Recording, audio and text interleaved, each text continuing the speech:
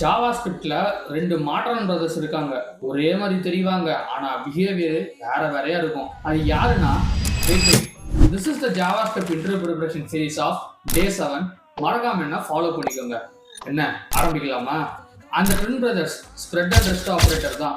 இதுதான் 2 பேரோட சிம்பிள். பார்க்க ஒரே மாதிரி இருக்கும்.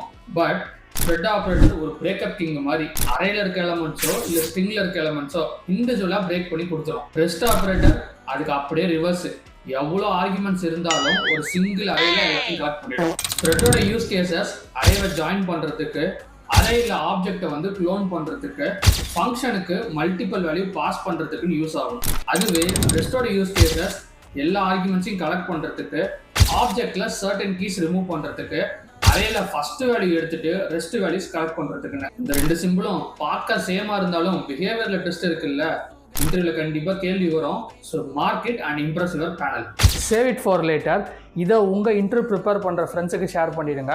அண்ட் இந்த 100 டேஸ் சீரியஸை நீங்கள் ட்ராக் பண்ணணுமா? அப்போ மறக்காம என்ன ஃபாலோ பண்ணிக்கோங்க. பாய்.